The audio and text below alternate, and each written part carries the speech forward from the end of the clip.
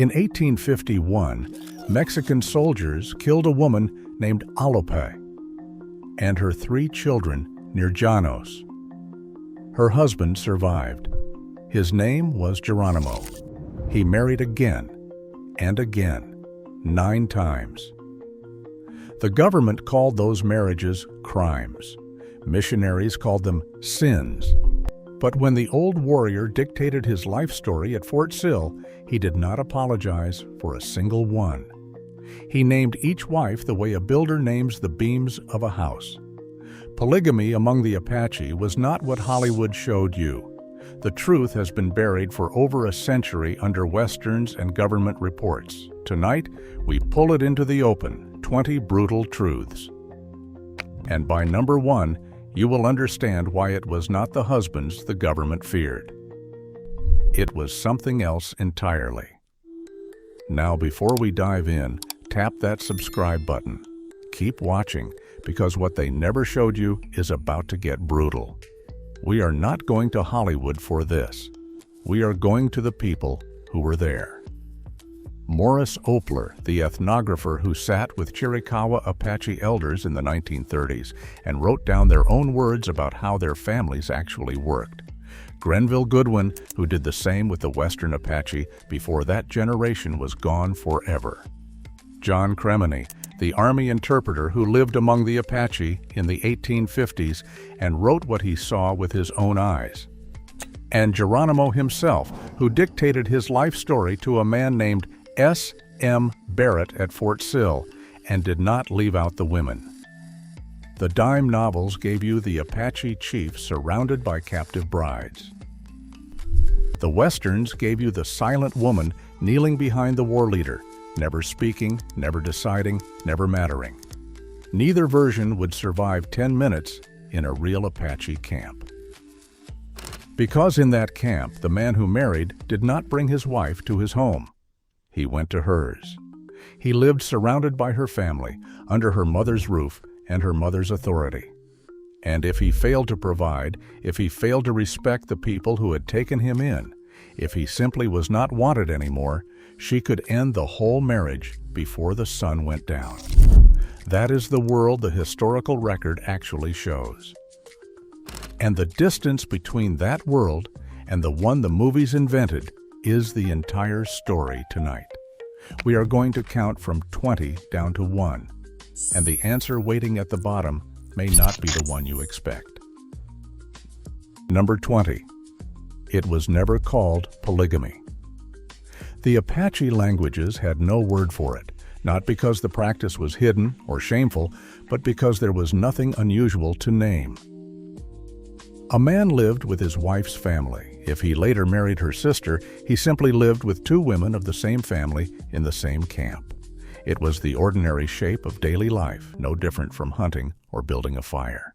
The word polygamy arrived on paper, in English, written in the careful handwriting of Bureau of Indian Affairs agents and missionary letters. A BIA agent at San Carlos in the 1870s would write the word in a ledger next to a man's name the way a doctor writes a diagnosis, like something that needed curing, like a condition the patient did not know he had. The label came from outside, and labeling it was the first step toward criminalizing it. You cannot outlaw something until you give it a name that sounds like a disease. Number 19. The husband moved in, not the wife. Every Western you have ever watched gets this completely backward. Apache society was matrilocal. When a man married, he packed what little he owned and walked to his wife's camp. He slept in a wickiup built by her hands, on ground chosen by her mother. He hunted for her family. He hauled wood for her mother's fire. He answered to her relatives. He was the newcomer, the outsider, the one who had to prove himself worthy of staying. A man with 2 wives did not collect women into his lodge like trophies hung on a wall. He lived surrounded by their kin, watched by their mother, measured by their cousins, earning his place every single day he woke up in that camp. The power there did not belong to the man carrying the bow. It belonged to the women who raised the walls and decided who was welcome inside them. Number 18. Sisters were the preferred second wife. Sororal polygamy. That is the term Opler used in his fieldwork with the Chiricahua. It means marrying sisters. And among the Chiricahua Apache, it was not the unusual arrangement. It was the expected one. The logic behind it was as practical as a well-built shelter in hard country. Sisters already shared a mother and a camp. They already knew how to divide the heavy work of tanning hides, drying meat in strips over low fires, and raising children side by side through brutal winters. They already trusted each other through seasons of hardship and hunger. When a man proved himself a reliable provider, someone who brought meat consistently and met his obligations without complaint, it was often his own mother-in-law who suggested the second match. She would offer her younger daughter. Two unrelated women sharing a husband could tear a camp apart with jealousy and resentment. Two sisters already knew how to share a fire without burning the house down. Number 17. The mother-in-law held the real power. The mother-in-law avoidance taboo is one of the most carefully documented rules in all of Apache social life. A man could not look directly at his wife's mother. He could not speak to her or sit close to her in the camp. Kremeny watched this custom play out during his time with the Boundary Commission in the 1850s and wrote about it with undisguised confusion. But the taboo was not about awkwardness or mere politeness. It was architecture. It was the invisible frame that held the household standing. The mother-in-law controlled the camp. She decided where the wickiups would be placed. She decided whether the son-in-law was meeting his obligations to her daughters and grandchildren. And she could end any marriage, any of them, with a single decision and a single word. In a household where a man had married 2 or even 3 of her daughters, this one woman held every thread in her hands. She could keep the family whole or pull every stitch apart. Number 16. A wife could end the marriage in an afternoon. She gathered his belongings, his saddle, his weapons, his personal things. She set them outside the wickiup door where anyone walking through camp could see them. And that was the divorce. No ceremony was needed, no negotiation, no council of elders sitting in a circle debating for days while the couple waited. Goodwin recorded this plainly among the Western Apache. Opler confirmed it among the Chiricahua. The man had no mechanism to contest it, no appeal, no argument that could change the fact that his belongings were sitting in the dirt for the whole camp to see. And here is the part no movie has ever shown you. In a polygamous household, one sister could divorce the husband while the other sister chose to remain married to him. Each marriage was its own separate agreement between 2 people and 2 families. Each wife held her own door and could open it or shut it whenever she decided the time had come. The question I planted at the start is still wide open. Which truth about Apache polygamy did the government want buried the most? We have not reached it yet. We are not even close. Number 15. It was an economic equation, not a trophy on the wall. Processing a single deer carcass took hours of relentless physical labor, skinning the animal with a short curved blade, butchering the meat into portions, slicing it thin and laying it over a slow fire that someone had to watch and feed for hours, scraping the hide and working it with fat and brains until it turned soft enough to wear or trade for ammunition. A mescal harvest was even worse. Days of digging the heavy plants from rocky ground, roasting them in earth ovens lined with hot stones, and pounding the cooked hearts into food that could be stored through the worst months. One woman working alone in a household could barely keep pace with what one skilled hunter brought back to camp. 2 women working together could build surplus. 3 could create enough dried meat and tanned hides to trade with neighboring bands for things the family could not make. More hands meant more food stored against winter, more hides ready for barter, more children kept warm and alive when the cold settled into the mountains and refused to leave for months. Number 14. Not every man could afford a second wife. A man owed bride service to his wife's family. That meant months of hunting for them, hauling firewood to their camp before dawn, proving himself capable before the marriage and continuing to prove it long after. Taking a second wife doubled every one of those obligations without exception. Twice the meat hauled to the mother-in-law's fire. Twice the hides delivered and stacked beside her wickiup. Twice the seasons of labor owed to a family that was watching his every step. Most Apache men had one wife and one full set of obligations, and that was more than enough to fill their days. Not because there was a law against more, but because the physical and economic price was simply too high for an ordinary hunter to pay. Polygamy belonged to the man who could track an elk across 3 mountain ridges and bring it home before dark. It was earned by the exceptional, and every man who could not earn it understood the difference without anyone needing to explain. Number 13. Jealousy was real, documented, and sometimes violent. Opler's Apache informants did not dress this up or soften it for the white man with the notebook. Even among sisters sharing a husband, competition could cut to the bone. Who received the better portion of meat after a hunt, whose children the husband favored and held longer by the fire at night, whose wickiup he chose to sleep in when the evening cooled and the camp fell quiet. The informants described arguments loud enough to shake a camp awake. They described physical fights between co-wives that drew blood and left marks visible for days. They described marriages that cracked wide open under the weight of resentment that had been building in silence for years. The Apache understood something the missionaries who came later were never willing to admit. Polygamy worked only when the social rules held firm and every person in the household respected them. When jealousy shattered those rules, the damage was immediate, and the whole camp paid the price. Number 12. Captive women entered a different world entirely. Raids against Mexican settlements and rival peoples sometimes brought women back into Apache camps. These women were not wives in the full kinship sense that an Apache wife was. They were not slaves in the way the American South used that terrible word. They occupied a space between those categories that the English language has never found a clean term for.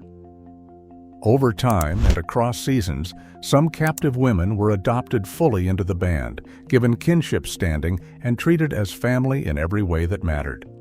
Others remained in a lower position for the rest of their lives, never fully belonging.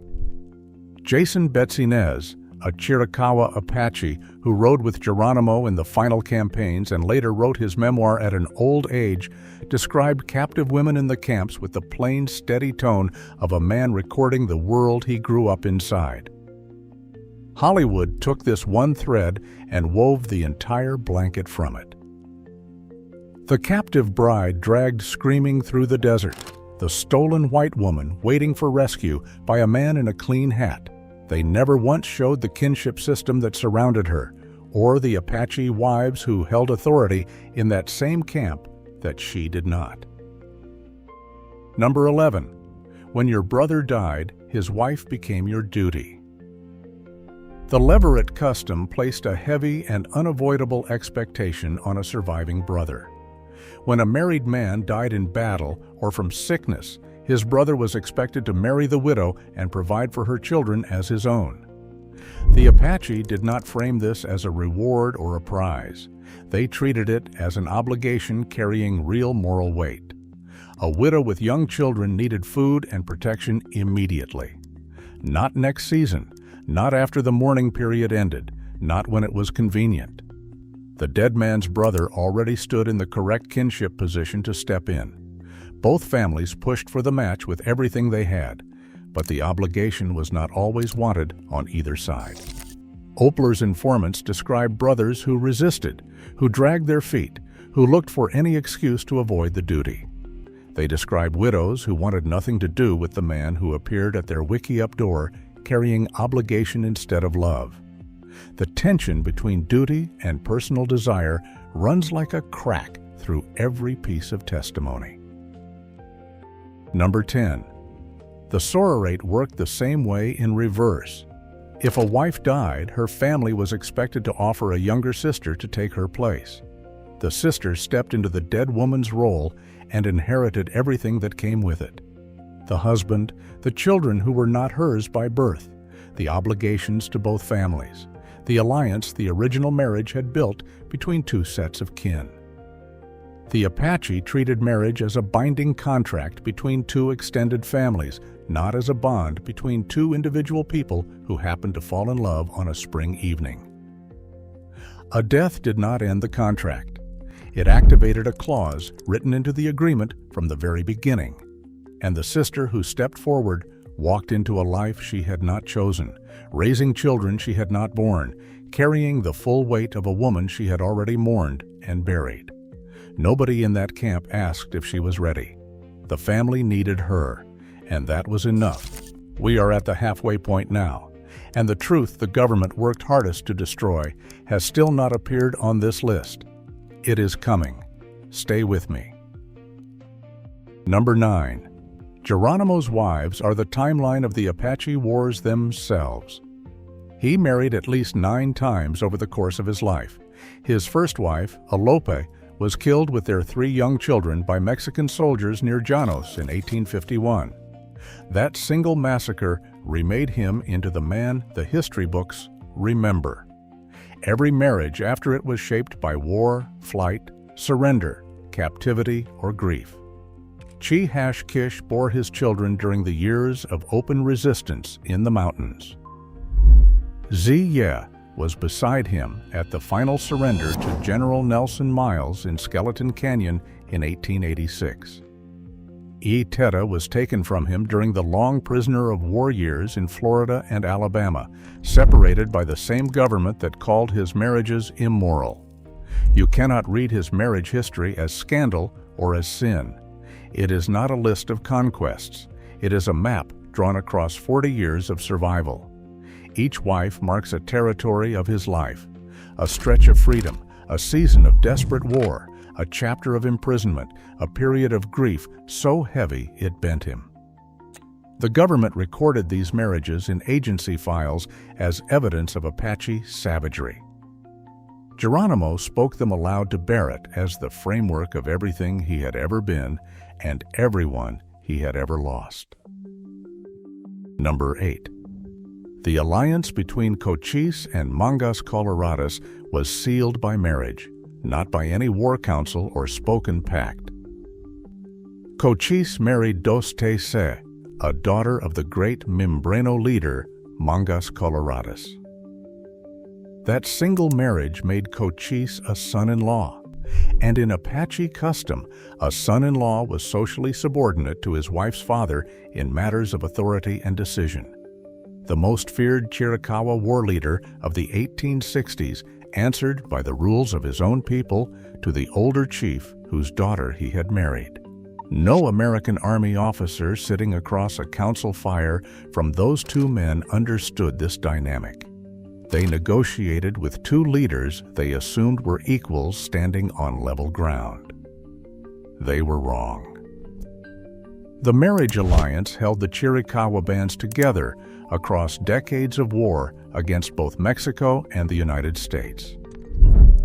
And it functioned precisely because the polygamous kinship system, the same system that disgusted the missionaries and horrified the newspaper editors back east, was the only glue strong enough to hold separate Apache bands together in the field. Number 7.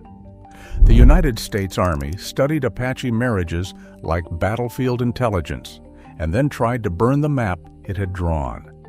Military officers and Indian agents stationed at San Carlos and Fort Apache learned early and quickly that Apache marriage networks were the key to everything. Who was married to whom told you which bands would ride together when the shooting started, which leaders could be isolated by leaning on their in-laws, which families might be turned toward surrender if the right pressure was placed on the right wife's relatives. General George Crook's Apache scouts and the agency clerks at San Carlos spent years carefully tracing these kinship lines from band to band across the whole of Apacheria. The marriage system that the government publicly condemned as barbaric and immoral was the exact same system the Army privately studied, mapped, exploited, and depended upon to prosecute the war. That contradiction was never written into the official dispatches sent to Washington. No officer was going to admit in writing that the family system he was ordered to destroy was the same one he was reading every night by lantern light to plan the next morning's march.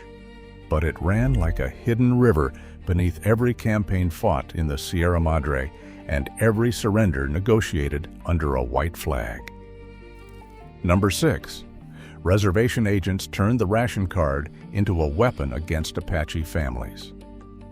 When the Apache were confined to reservations in the 1870s, the Bureau of Indian Affairs issued weekly rations of beef and flour by household head. A man with 3 wives created an accounting problem for the clerk sitting behind the agency window. 3 full shares of beef and flour, or 1? The answer changed depending on which agent held the pen that year and which directive had most recently arrived from Washington. Some agents issued full rations only to men who agreed to formally recognize a single wife and send the others away. Others quietly reduced the food allotment for any family that refused to comply with the new order. At San Carlos, the ledger book and the beef barrel became instruments of government policy as surely as any cavalry regiment. A bureaucrat standing behind a wooden counter with a pencil in his hand could slowly, week by week, ration by ration, starve a family into accepting a form of marriage it had never known, never chosen, and never needed. No bullet was fired, no order was shouted. The weapon was patience and paper. The answer is close now. We are almost there. Number 5. Missionaries went after polygamous families first, before anyone else in the camp. The Dutch Reformed Church missionaries stationed at Fort Sill and the Lutheran missionaries working the Mescalero Reservation made plural marriage their primary and most urgent target. Before they built schools, before they translated hymns, they went after the marriages. The price of Christian conversion was simple and absolute. A man had to put away every wife but one. The missionary correspondence from those years describes what happened next with a detachment that is difficult to sit with. A husband forced to stand in front of his family and choose which wife to keep. The wife not chosen, removed from the household she had spent years helping to build and sustain, suddenly standing outside the wickiup with her children and no economic partnership to feed them. Children separated from mothers who had done nothing wrong except be the second or third wife in a family that had been whole and working until the missionary arrived. Families that had functioned together for generations were broken apart so that a mission station could send one more favorable report to the church board sitting in a comfortable room 3,000 miles east. Number 4. In 1883, the government made Apache family life a criminal offense. Secretary of the Interior Henry Teller established the courts of Indian offenses that year, and plural marriage was listed explicitly among the punishable acts. The penalties were not symbolic: loss of rations for the entire household, including the children, imprisonment in the agency guardhouse, forced labor on reservation projects under armed supervision. The courts were staffed by appointed judges, often Apache men selected specifically for their willingness to cooperate with the agent in charge of the reservation. These courts did not ask whether a marriage was loving or whether the children in it were healthy, fed, and cared for. They did not ask whether the wives had entered the arrangement willingly or whether the household was functioning and whole. They asked one question only: is there more than one wife? That was all that mattered. If the answer was yes, the full weight of law, hunger, and iron fell on that family without mercy and without appeal. Number 3. It was the women who fought back the hardest. This is the part the official record tried to bury under layers of frustrated government correspondence. The resistance to the anti-polygamy campaign did not come primarily from husbands defending their status or their pride. It came from the wives themselves. Women who had been told they must be the one cast aside, the second wife, the third, refused to walk away from their own homes. Mothers-in-law who under Apache custom held absolute authority over the entire household and everyone in it, confronted federal agents who held no standing whatsoever in their kinship world. Eve Ball, the historian who sat with Mescalero Apache elders in the 1950s and 60s, preserved these voices in her books before that generation was lost forever. Women who had looked a uniformed BIA agent in the face and told him plainly that the white man's marriage laws would leave their children with empty stomachs. The agency files from those decades are thick with letters from exasperated agents writing to their superiors in Washington about Apache women who simply would not bend, would not comply, and would not pretend that a rule invented 3,000 miles from their camp had any authority over the walls they had built with their own hands. Number 2. The children paid the final price. When a polygamous family was broken apart by agency order, the children of the discarded wife lost their place in their father's household overnight.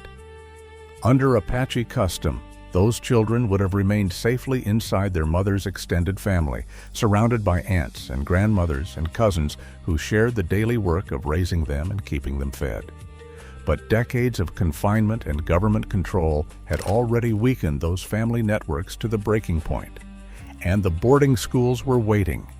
Carlisle Industrial School in Pennsylvania, the Fort Sill Indian School in Oklahoma, children pulled by government order from families that had been functioning, whole, and fed until a man sitting behind a desk in a distant office declared the marriage that created them to be a criminal act. The anti-polygamy campaign and the boarding school system were not two separate programs working side by side toward different goals. They were one single policy applied at two different pressure points on the same body. The hand that struck the marriage reached down and took the child, and the scar it left has not healed in 140 years. Today, there are roughly 330,000 people in this country who identify as Apache. Many of them carry family stories about grandparents and great-grandparents whose households were broken apart not by war, but by paperwork. And now we arrive. Number 1. The system worked. That is the truth they buried deepest of all. Apache polygamy was not the moral catastrophe the missionaries preached about in their wooden churches at Fort Sill. It was not the primitive savagery the dime novelists sold to eager readers in Philadelphia and New York who had never set foot west of the Mississippi. It was a working system, tested across centuries of life on some of the hardest land on the continent. It distributed labor across households so that families survived winters that would have killed the unprepared. It protected widows and fatherless children. Threw the leveret instead of abandoning them to starvation. It cemented alliances between Apache bands through strategic marriages that no paper treaty could equal and no broken promise could undo. It raised children inside extended kinship networks where no child had only one mother watching over them, but several women who would fight for them as fiercely as for their own. Opler documented it from the mouths of the people who had lived it. Goodwin confirmed it among the Western Apache. Eve Ball's Mescalero elders remembered it with a clarity that time had not dimmed. Households with clear lines of authority. Internal rules that everyone understood before they could walk. Real consequences when those rules were broken and real rewards when they were honored. It was not a paradise. The jealousy was real and sometimes bloody. The conflicts were real and sometimes permanent. But for century after century across mountain ranges and desert basins that would have killed most people who attempted to cross them, the system held. And that is what the United States could not allow to stand. A broken people can be pitied. A broken people can be managed by clerks and missionaries and Indian agents filling out monthly reports. But a people whose families function entirely on their own terms, without a church to bless them, without a courthouse to license them, without a federal agent standing in the doorway telling them what a proper family is supposed to look like, those people cannot be managed. They can only be feared. Because if their way works without yours, then yours is not the only way. And for a government trying to remake an entire continent in its own image, that quiet fact was the most dangerous idea on the frontier. More dangerous than any rifle. More dangerous than any war leader. The idea that a family could work without permission. 3 hands built the legend that buried this truth. The dime novelists came first in the 1860s and 70s.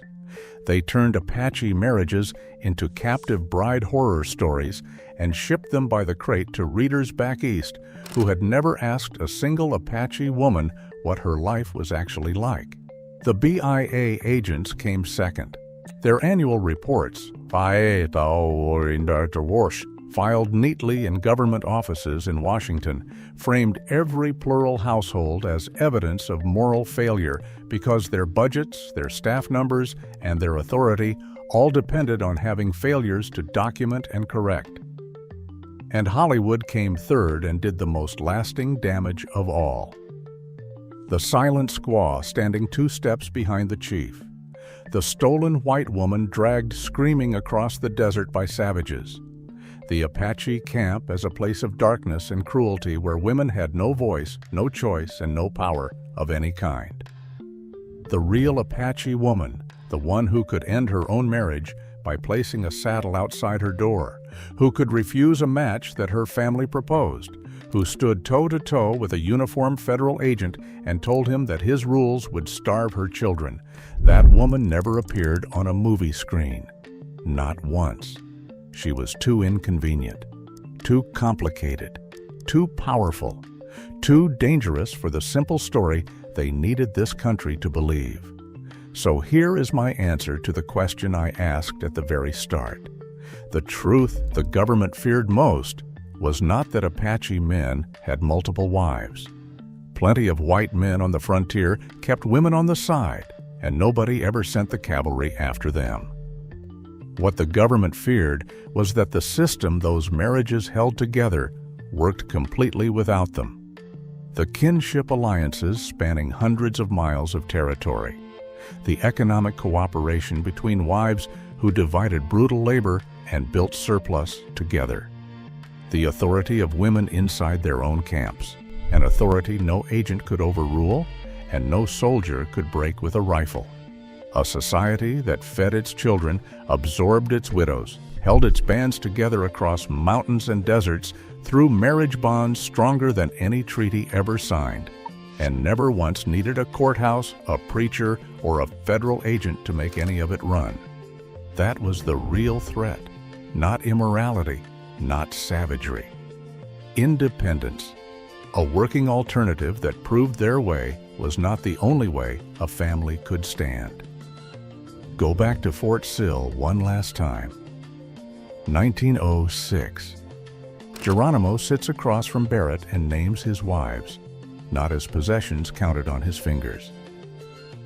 As the beams and posts of a life that was dismantled around him, piece by piece, wife by wife, child by child, by men who said they were saving him from himself. The school books remember his wars. They remember the surrender at Skeleton Canyon, the iron train cars, the prisoner years rotting in Florida. They do not remember the women who built every camp he ever rested in, who bore and raised every child he ever held, who carried the full weight of a world that was disappearing beneath their feet, while the men received the legends and the songs, and the women received nothing but silence. The frontier did not hand its stories to the people who earned them. It handed them to the people the storytellers chose. And somewhere in the yellowed records of Fort Sill, in faded ink on paper that nobody reads anymore, are the names of women who held an entire nation together with nothing but their hands and their refusal to break. And not one school book in this country has ever spoken those names aloud. Which truth hit you the hardest? Tell me below. And if you want the real story behind another part of frontier life the movies got wrong, the next one is already waiting for you.